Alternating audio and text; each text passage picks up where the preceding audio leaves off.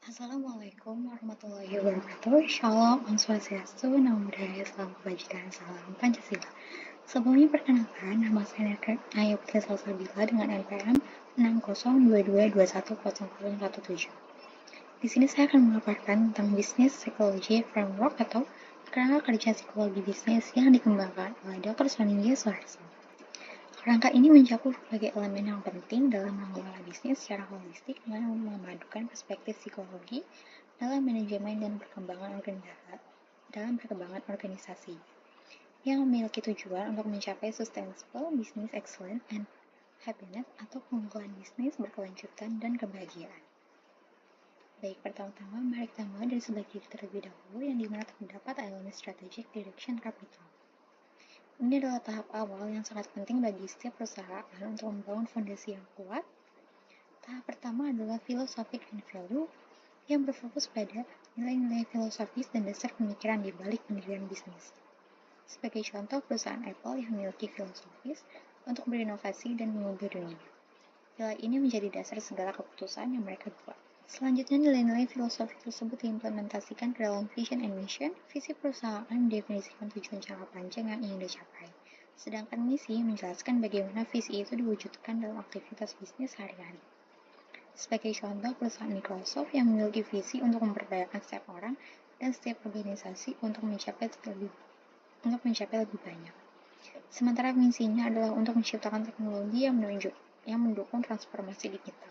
Setelah itu kita perlu menetapkan business objective and target atau tujuan dan target bisnis yang spesifik. Ini merupakan sasaran yang terukur yang diturunkan dari visi dan misi serta dapat membantu perusahaan untuk tetap fokus pada hasil yang ingin dicapai. Sebagai contoh, misalnya target bisnis perusahaan retail seperti Zara mungkin dapat diperluas untuk memiliki cakupan yang lebih besar seperti jangkauan pasar ke 5 negara dalam 2 tahun ke depan. Dan langkah terakhir dalam bagian strategic direction capital adalah strategic intent, di mana perusahaan merumuskan strategi yang jelas dan taktis untuk mencapai tujuan tersebut. Proses ini mencakup pilihan strategi, alokasi sumber daya, dan serta rencana implementasi yang lebih rinci. Sebagai contoh, pada brand Starbucks yang menerapkan strategi ekspansi global dengan mengadaptasi menu lokal untuk setiap negara, sehingga tetap relevan dengan budaya setempat. Berikut kita masuk ke organizational capital. Pada tahap ini, organisasi memerlukan leadership and management yang efektif. Pemimpin yang baik dapat mengarahkan timnya sesuai dengan visi dan misi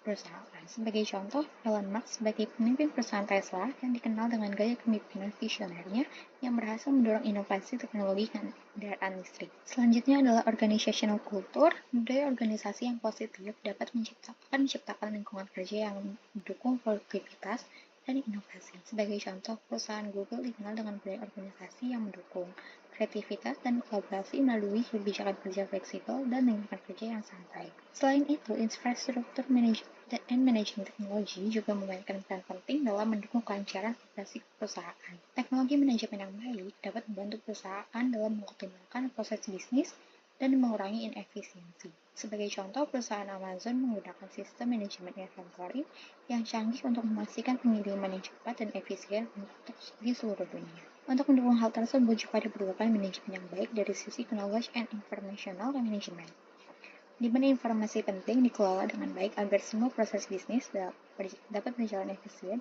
dan keputusan diambil berdasarkan data yang akurat. Sebagai contoh, perusahaan IBM atau International Business Machine yang sangat bergantung pada sistem big data untuk membantu perusahaan dan klien dalam mengambil keputusan strategis. Terakhir, kita masuk ke human capital. Pada tahap ini, perusahaan harus memastikan bahwa setiap individu memiliki individual competence yang diperlukan untuk menyelesaikan tugas-tugasnya dengan baik. Sebagai contoh, perusahaan McKinsey & Company yang menekankan pada perekrutan individu yang berkompetensi tinggi dalam analisis bisnis untuk memberikan solusi terbaik bagi klien mereka. Tidak hanya itu, teamship competence atau kemampuan bekerja dalam tim juga penting. Kolaborasi yang baik antara anggota tim sangat diperlukan untuk mencapai tujuan organisasi. Sebagai contoh, perusahaan Pixar yang menekankan kolaborasi antar tim kreatif dan teknis dalam menciptakan film-film animasi yang sukses. Selain itu, perusahaan harus memiliki organizational competence yang merupakan kemampuan organisasi secara keseluruhan untuk beradaptasi, berkembang, dan mencapai tujuan. Hal ini termasuk kemampuan organisasi dalam mengelola perubahan. Sebagai contoh, perusahaan Toyota yang terkenal dengan lean manufacturing yang meningkatkan efisiensi organisasi secara keseluruhan. Dan terakhir, perusahaan juga harus memiliki social and environmental competence, hal ini terkait dengan tanggung jawab sosial dan lingkungan yang harus dijaga oleh perusahaan. Dalam era bisnis modern, perusahaan dituntut untuk tidak hanya memikirkan keuntungan, tapi juga dampak sosial dan lingkungan. Sebagai contoh, perusahaan Unilever yang memiliki program keberlanjutan untuk mengurangi dampak lingkungan dari produknya dan meningkatkan kehidupan sosial di masyarakat. Semua elemen ini terintegrasi dalam Business Framework Model tahun 2019. Di sini ada dua elemen kunci yang diperhatikan, yaitu productivity and psychological well-being. Produktivitas yang tinggi harus diimbangi dengan kesejahteraan psikologis karyawan. Tanpa kesejahteraan psikologis, produktivitas akan sulit dipertahankan dalam jangka panjang. Sebagai contoh, perusahaan Zappos yang memprioritaskan kebahagiaan karyawan, mereka sebagai bagian dari strategi untuk meningkatkan produktivitas dan kreativitas. Pada akhirnya, tujuan dari semua ini adalah untuk mencapai sustainable business excellence and happiness, di mana bisnis dapat terus tumbuh secara berkelanjutan sekaligus membawa kebahagiaan bagi karyawan, pelanggan, serta pemangku kepentingan lainnya. Sebagai contoh, perusahaan Patagonia yang dikenal sebagai perusahaan yang sukses secara bisnis, tetapi tetap menjaga komitmen kuat terhadap pelestarian lingkungan sekitar. Selain itu, hasil bisnis akan dievaluasi melalui feedback dari lingkungan eksternal yang akan membantu perusahaan dalam menyusun strategi baru atau memperbaiki yang sudah ada. Dengan demikian, dapat disimpulkan bahwa kerangka kerja psikologi bisnis ini dapat memberikan kita panduan untuk membantu si bisnis yang sukses dan berkelanjutan dengan mengintegrasikan aspek strategis, organisasi, dan manusia. Semoga penjelasan ini dapat memberikan pemahaman yang lebih baik tentang bagaimana menerapkan kerangka kerja ini dalam dunia bisnis. Mohon maaf apabila ada salah kata. Sekian penjelasan dari saya. Terima kasih.